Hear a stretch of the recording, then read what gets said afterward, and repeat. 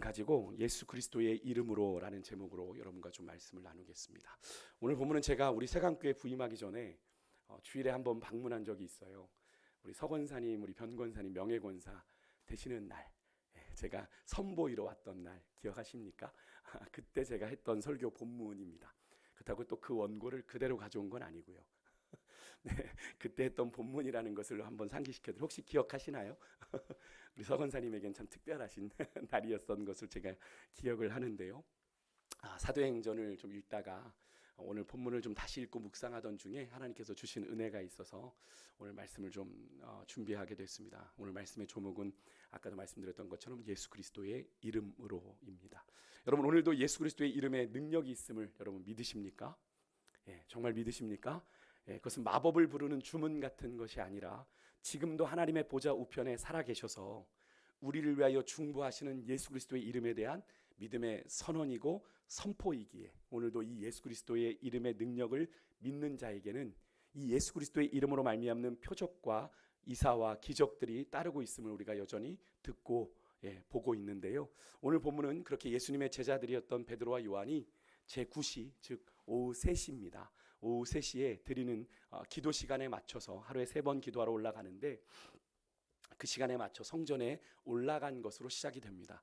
당시의 사조들은 아마 기존의 성전에 대해서 조금 적대적인 태도를 갖지 않고 그냥 유대인으로서 해야 될 일상적인 경건 생활을 성실하게 따르고 있었던 것으로 보입니다. 그러니까 하루에 3번 기도하는 시간에 맞춰 기도를 했던 건데요. 그러던 중에 베드로와 요한이 사람들이 걷지 못하는 한 장애인을 메고 와서 아름다운 문, 뷰티풀 게이트라고 하는 미문에 두는 것을 봅니다. 사실 이 사람뿐 아니라 그 당시엔 성전 이 모든 문들에 이 구걸하는 자들이 모여 있었어요. 왜냐하면 항상 사람들이 제사를 드리러 와야 됐기 때문에 그런 자들 앞에서 구걸을 하려고 예전에 우리 육교 위에 예전에 육교 있었을 때 육교 위에 이렇게 구걸하시는 분들이 많이 계시고 또 지하철 입구에 많이 있었던 것과 그런 같은 개념이라고 좀 생각해 보시면 되겠는데 가장 많이 사람들이 모이고 지나갔던 곳이 성전의 문이었기 때문에 그곳에 구걸하는 자들이 모여들었다고 합니다. 여러분, 이런 성전의 모습이 여러분 우리에게 무엇을 말해 줍니까? 물론 예수님 지금 부활하시고 승천하신 뒤의 이야기이죠. 예수님께서도 이미 살아생전에 이 성전의 모습에 대해서 이미 우려를 표하셨고 이 성전이 강도의 구렬 같다, 강도의 소굴 같다라고 말씀하셨는데 지금 우리에게 보여주는 이 성전이 우리에게 무엇을 말해주는 거예요? 성전은 하나님을 예배하는 곳이죠. 제사하는 곳입니다. 그래서 하나님으로 말미암아 하나님의 임재를 경험하고 하나님의 구원, 하나님의 치료, 하나님의 역사를 경험해야 하는 곳이 성전인데 당시의 성전의 역할이 어떻게 된 거예요?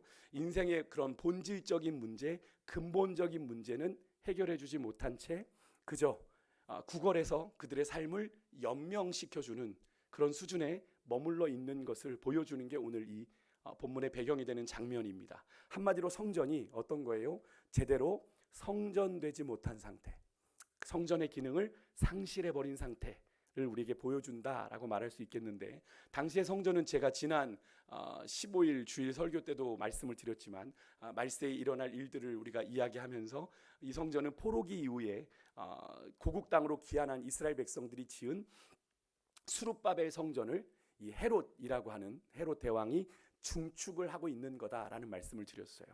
그래서 46년째 그렇게 중축이 되어 있는 상태고 여전히 계속 그렇게 중축이 되어지고 있는 상태였다.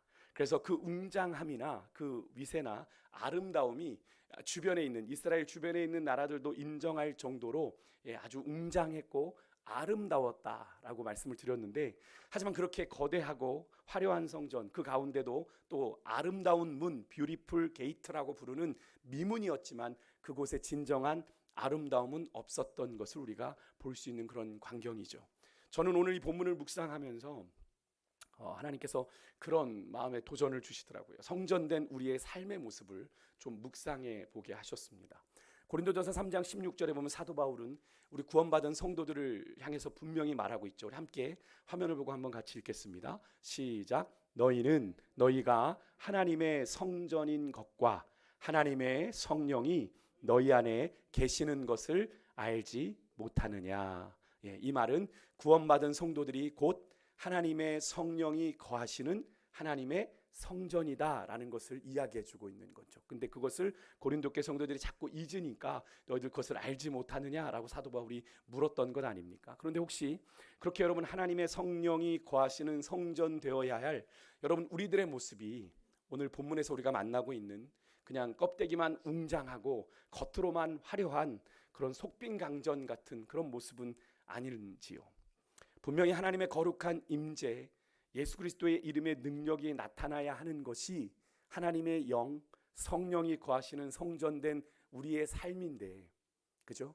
우리의 삶인데 그렇게 성전된 삶을 통해 성전 본연의 기능인 제사를 통해 하나님과 세상 사이에 죄로 인해 단절되고 깨어진 관계를 회복시켜주고 하나님으로부터 흘러나오는 신령한 복을 누리게 하듯 우리 또한 하나님과 세상을 그렇게 화목하게 하는 일에 부르심 받은 선한 도구로 또 구원의 통로로 그렇게 쓰임 받아야 되는 것이 우리의 삶인데 그런 삶은 고사하고 성전된 나 자신도 제대로 하나님의 임재와 예수 그리스도 이름의 능력을 온전히 누리지 못하고 그냥 그렇게 교회만 왔다 갔다 하고 있지는 않은지 좀 돌아보기를 원합니다.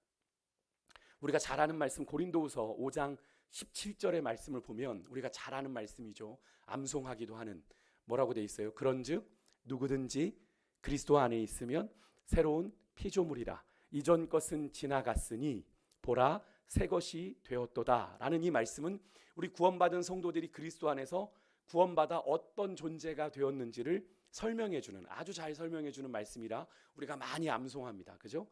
그런데 우리가 이 말씀으로만 딱 끝나죠. 새로운 피조물이 됐구나 라는 것으로 끝납니다. 암송도 딱 이 한 구절까지만 하고 더 이상 안 하잖아요.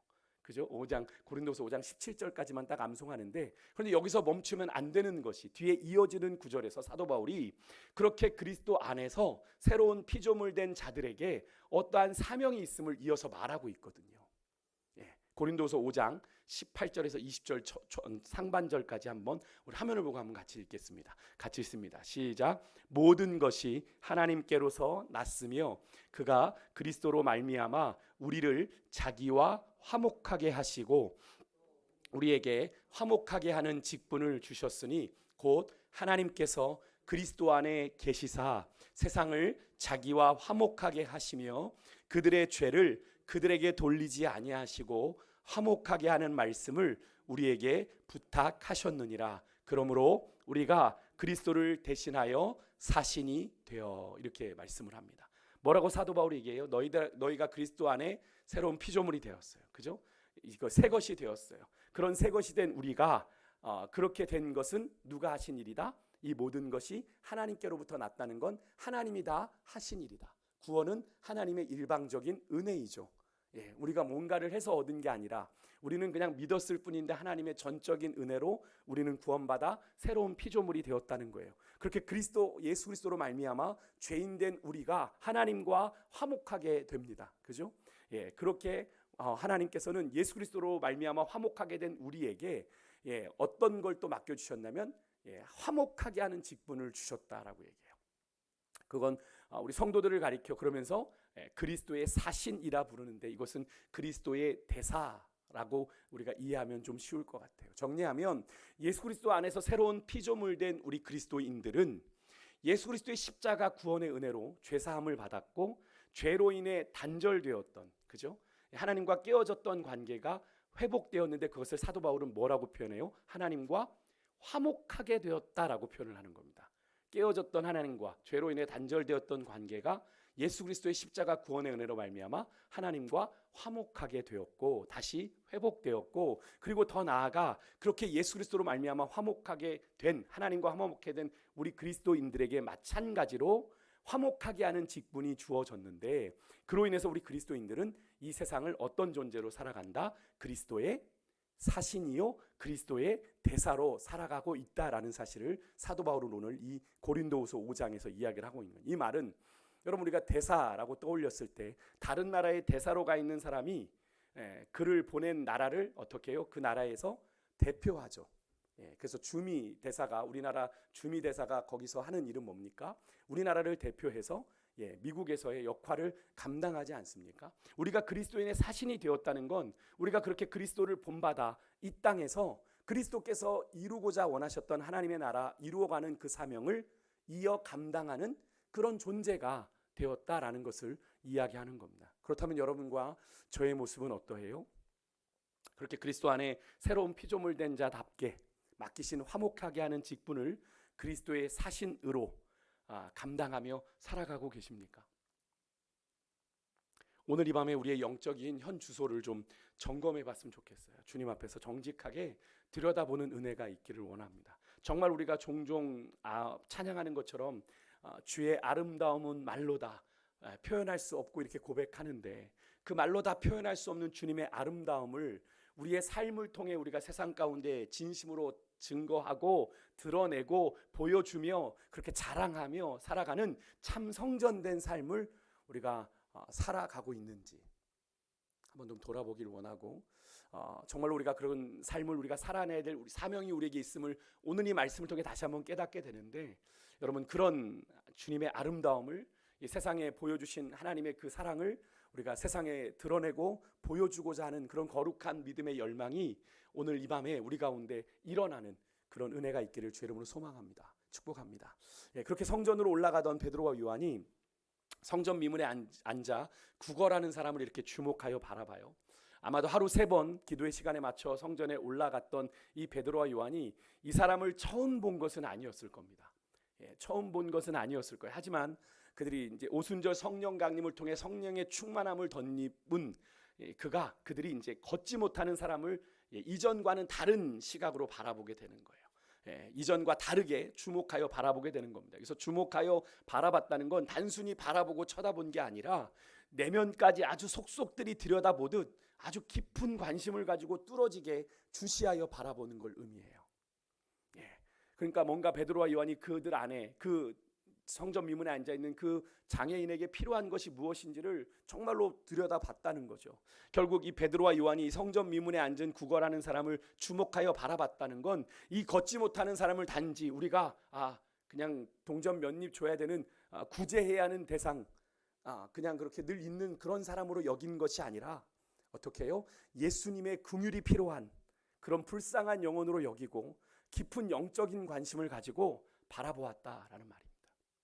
다시 말해서 그를 바라보는 관점이 이전에는 그냥 구걸하는 사람, 늘 여기 앉아있던 구걸하는 사람이었는데, 그들이 성령의 충만함을 덧입고 보니 어때요? 그를 향한 그들의 관점이 바뀌더란 말입니다. 여러분, 이렇게 성령의 충만함을 입으면 하나님의 눈으로 사람들을 바라보게 돼요.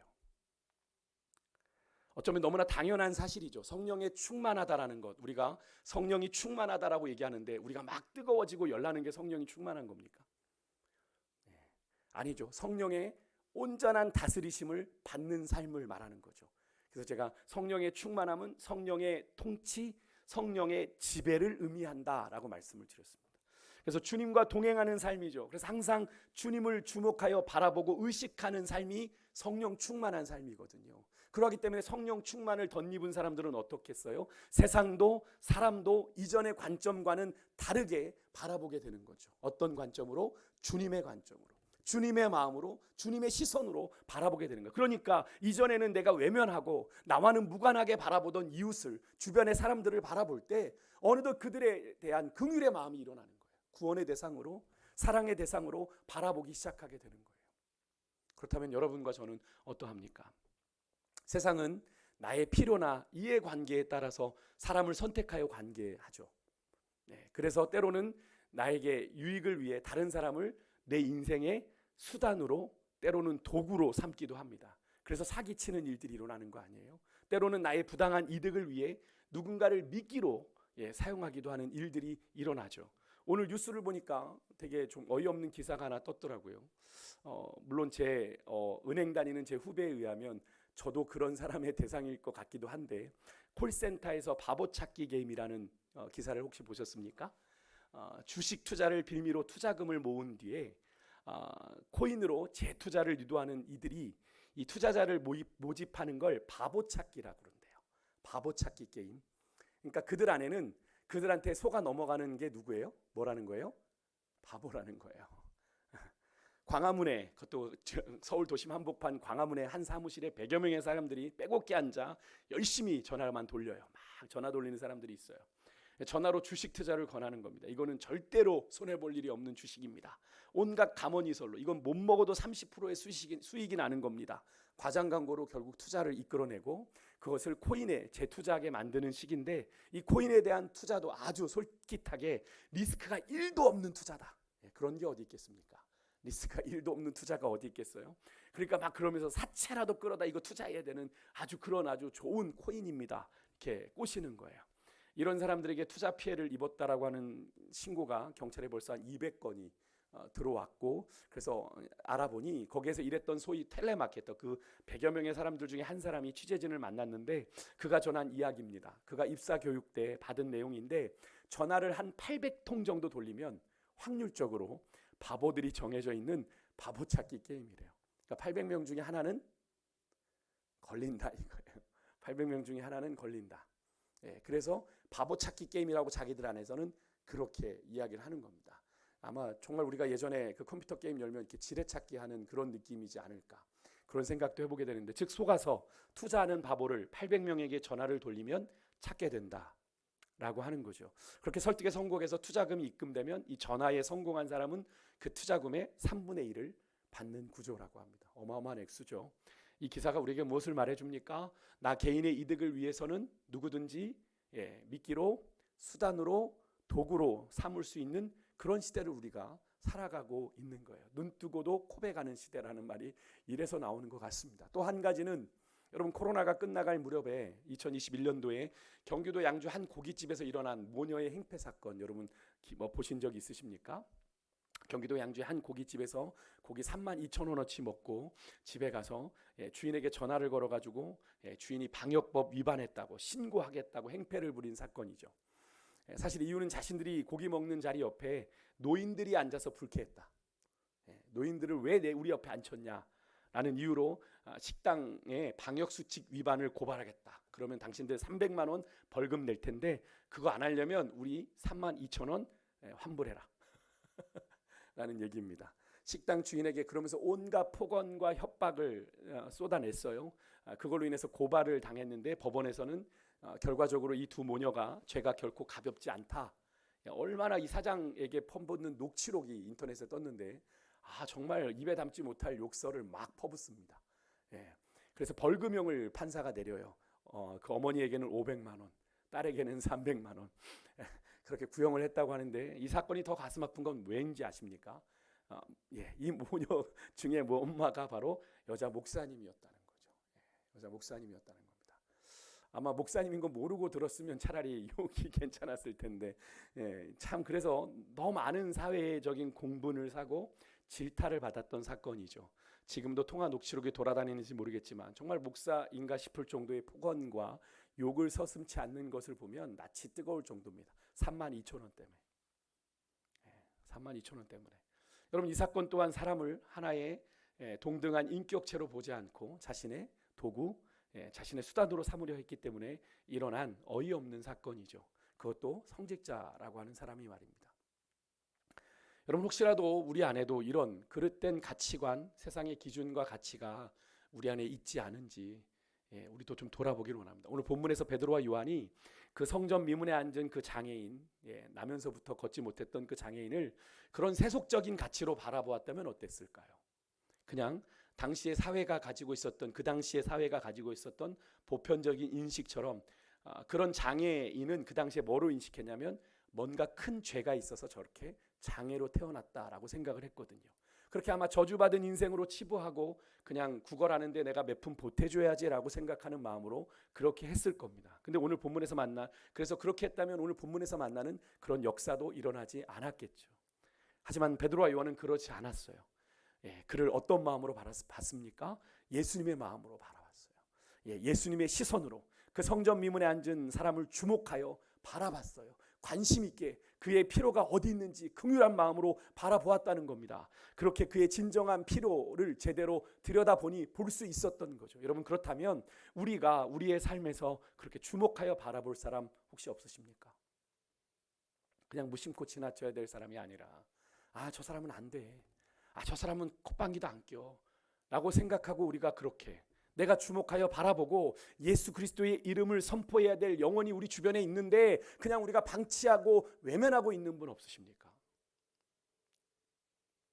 오늘 이 밤 오늘 이 말씀을 듣는 가운데 여러분들에게 떠오르고 또 생각나게 하는 분이 여러분 있으시다면 그분을 위해 오늘 이 밤 정말로 주님의 마음으로 주님의 시선으로 간절하게 구하시고 하나님 그에게 예수 그리스도의 이름의 능력이 나타나게 해주십시오. 그래서 내가 예수 그리스도 이름을 전할 때 선포할 때 그 이름의 능력으로 말미암아 하나님 주님 앞에 돌아오게 해주십시오. 간구하는 그런 은혜가 있기를 소망합니다. 그렇게 베드로가 걷지 못하는 사람의 오른손을 잡아 일으키자 그가 발과 발목에 힘을 얻어 걷기도 하고 뛰기도 하며 하나님을 찬양했다. 조금 전에도 말씀드렸지만 당시에는 이 장애를 큰 죄에 대한 형벌로 운명적인 것으로 여겼는데 그래서 요한복음 9장에도 제자들이 예수님과 길을 가다가 나면서부터 맹인된 자를 보고 뭐라고 물었어요? 예수님, 저자가 맹인된 것이 누구 죄 때문입니까? 그렇게 질문했던 것이 바로 그런 의미지 않습니까? 그러니까 그 당시에 보편적인 인식이 그죠? 장애인, 소경이나 전은자나 이렇게 장애우들을 봤을 때 그런 인식이었다는 거예요. 그래서 예수님 당시에는 그런 장애인들이 이 구걸하는 것 외에는 생계를 연명할 수 있는 방법이 없었다고 합니다. 그런 의미에서 베드로는 이 나면서부터 걷지 못하는 이 사람의 인생에 어떤 문제를 해결해 준 겁니까? 근본적인 문제를 해결해 주었고 예수 그리스도의 이름의 능력으로 하나님의 복을 그가 누리게 한 거죠. 여러분 그리스도를 따르는 사람이라는 뜻이 바로 그리스도인입니다. 그리스도인이라는 건 그리스도를 따르는 사람이란 뜻이에요. 그러니까 우리가 그리스도인이라고 불리면서 그리스도를 따라가지 않으면 죄송하지만 우리는 그리스도인이 아닐 수 있는 거예요. 세상에서 여러분 이런 존재여야 하는 줄 믿습니다. 세상에서 소망 없는 이들을 찾아가 여러분 그들에게 예수 그리스도의 이름을 전해서 그들로 하여금 진정 영육간 복 있는 사람 되게 하는 것이 바로 우리 그리스도인들의 사명이라는 거예요. 나만 잘 믿고 나만 잘 살고 나만 잘 먹고 그러다가 천국 가는 게 아니라 그죠? 우리에게 맡기신 영혼들이 있다는 거예요. 여러분 주변에 아직 주님을 알지 못하고 예수 그리스도의 이름의 능력을 모르는 그분들은 그냥 여러분 주변에 존재하고 있는 사람이 아니라 여러분이 주목하여 바라봐야 될 영혼들이라는 거예요. 주님의 마음으로 주님의 시선으로 바라봐야 될 영혼들이라는 거예요. 여러분의 인생의 성전 미문에 그 아름다워 보이는 그 아름다운 미문에 가려져 우리가 미처 보지 못했던 그 사람의 근본적인 필요를 우리가 볼 때 우리의 입술을 통해 예수 그리스도의 이름의 능력을 선포하게 될 줄 믿습니다. 예수 그리스도의 이름의 능력은 어떻게 해요? 모든 것을 초월하니까. 여러분 그래서 사도 바울은 고린도서 3장 3절에 우리 그리스도인을 가리켜 그리스도의 편지라고 표현을 했습니다. 너희는 그리스도의 편지다. 이 말은 그리스도인의 삶이 바로 예수 그리스도를 세상에 전하는 알리는 어때요? 선한 도구가 되어야 된다라는 거예요. 그래서 여러분 신약 성경에 여러분 사복음서 마태, 마가, 누가, 요한, 사도행전을 빼고는 여러분 다 편지예요. 다 편지예요. 그래서 히브리서부터 유다서까지 히브리, 야고보, 베드로, 전후 이렇게 해서 유다서까지는 일반 서신이라고 부르고요. 갈라디아, 에베소, 빌립보, 데살로니가 이렇게 쭉 해서 빌레몬서까지는 바울이 쓴 서신이라서 바울 서신이라고 불러서 13권입니다. 그러니까 21권이죠. 그리고 사복음서, 사도행전 빼고 요한계시록이 하나 남는데 요한계시록도 보면 7교회에 대한 뭐가 나옵니까? 편지가 나오잖아요. 그죠? 편지가 기록되어 있음을 볼 때 우리가 그것도 서신서로 물론 묵시를 받은 기록이지만 서신서로 분류할 수 있는 거예요. 이 모든 서신들이 공통적으로 담고 있는 주제 뭡니까? 예수 그리스도. 예수 그리스도. 그렇다면 사도 바울이 우리 그리스도인들을 가리켜 너희는 그리스도의 편지다라고 한 이유가 어떤 의미겠어요? 어떤 의미겠어요? 우리가 성경을 통해 그리스도를 만나듯 우리가 말씀을 통해 그리스도를 알아가듯 우리의 삶을 통해 세상이 누구를 볼 수 있어야 돼요? 그리스도를 볼 수 있어야 돼요. 바라기는 여러분과 저의 삶이 그렇게 예수 그리스도만이 드러나고 고백되는 나타나는 그런 귀한 삶이 될 수 있기를 주 여러분으로 축복합니다. 다시 본문으로 와서 걷지 못하던 사람이 걷고 뛰고 하나님을 찬양하는 것을 보고 사람들이 심히 놀라요. 이제까지 이 사람은 2절에 나오는 것처럼 나면서 못 걷게 된 이입니다. 그렇게 모든 사람들이 알았어요. 그래서 늘 성전 미문에 어렸을 때부터 나와 구걸하던 사람입니다. 근데 이제는 이 11절에 이 사람이 어떻게 표현되고 있습니까? 나은 사람, 나았어요. 그의 인생을 나면서부터 붙잡고 있던 그 자리에서 일어나 예수 그리스도의 이름으로 나은 사람, 치료받은 사람, 그리고 하나님을 찬송하는 사람이 되었습니다. 이렇게 베드로는 당시에 최고의 가치로 여겨지던 은과 금이 아니라 예수 그리스도의 이름의 그 능력을 수많은 사람들 앞에서 드러내고 나타냈죠. 하나님을 예배하기 위해 성전을 수없이 드나드는 그들에게, 어쩌면 아무 의미 없이 성전 문을 드나드는 그들에게 예수 그리스도의 이름만이 진정 하나님을 찬양하는 삶으로 변화시킬 수 있다. 예수 그리스도의 이름만이 너희를 살려, 너희를 회복시켜, 너희를 고쳐, 너희를 바꿀 수 있어 라고 하는 사실을 보여준 사건이 오늘 이 성전 미문의 사건입니다. 여러분 믿으십니까? 예수 그리스도의 이름의 능력은 살아있는 능력이에요. 우리가 그것을 그냥 아무 의미 없이 주문처럼 외우지 않았으면 좋겠어요. 예수 그리스도의 이름을 선포할 땐 우리가 믿음으로 선포해야 됩니다. 여러분과 저의 삶이요, 오늘 베드로와 요한이 그랬던 것처럼 예수 그리스도의 이름의 능력을 날마다 우리의 삶에서 드러내고 고백하는 인생이기를 소망합니다. 주님으로 말미암아 살겠습니다. 주 이름의 능력이 나를 새롭게 하시는 줄 믿습니다. 여러분 날마다 여러분의 삶을 향하여 선포하십시오. 예수 그리스도의 능력으로 나는 오늘 일어섭니다. 주여, 내가 더 이상 게으름과 나태함의 자리에서 내가 일어나겠습니다. 안일함의 자리에서 일어나겠습니다. 주님 도와주십시오. 그렇게 이름으로 여러분의 삶을 향해 선포할 때 그 이름의 능력이 우리의 삶을 변화시키시는 줄 믿습니다.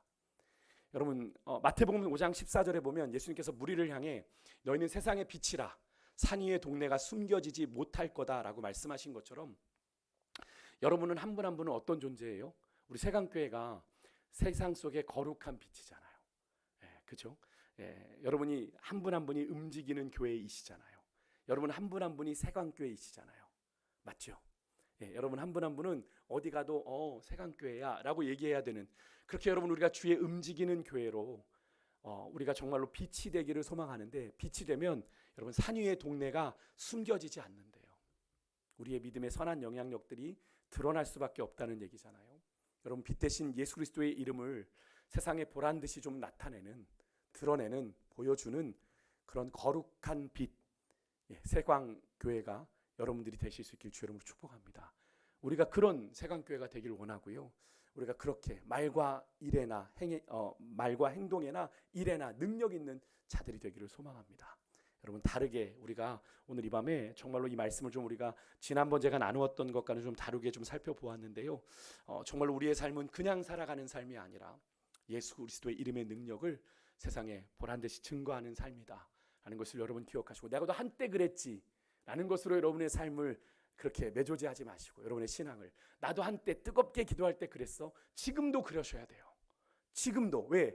주님은 지금도 여전히 역사하고 계시니까.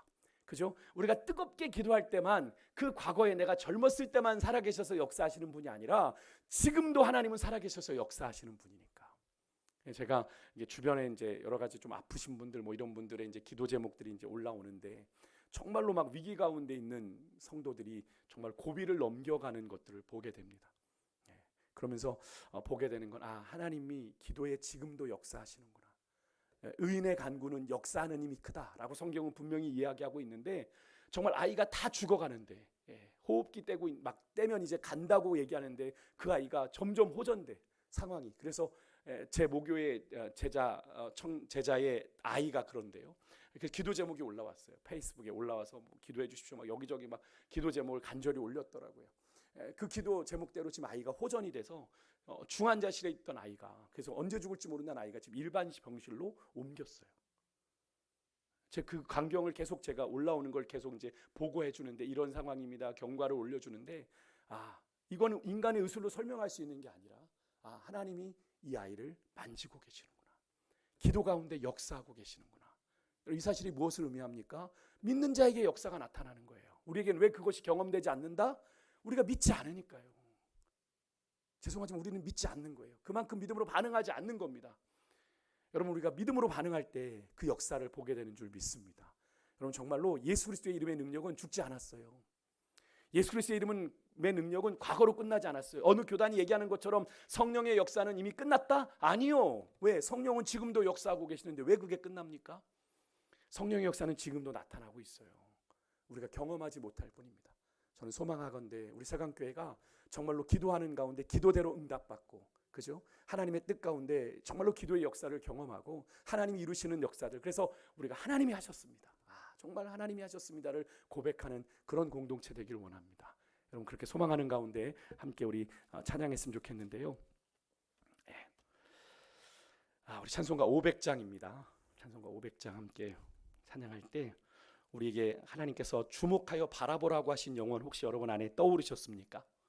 그냥 무심코 지나쳤던 영혼인데 어느덧 내 마음속에 하나님이 이 사람이야 라고 떠오르게 하셨던 분이 있으세요? 그분을 좀 우리가 묵상하면서 이 찬양을 함께 불렀으면 좋겠습니다. 우리 같이 찬양하겠습니다.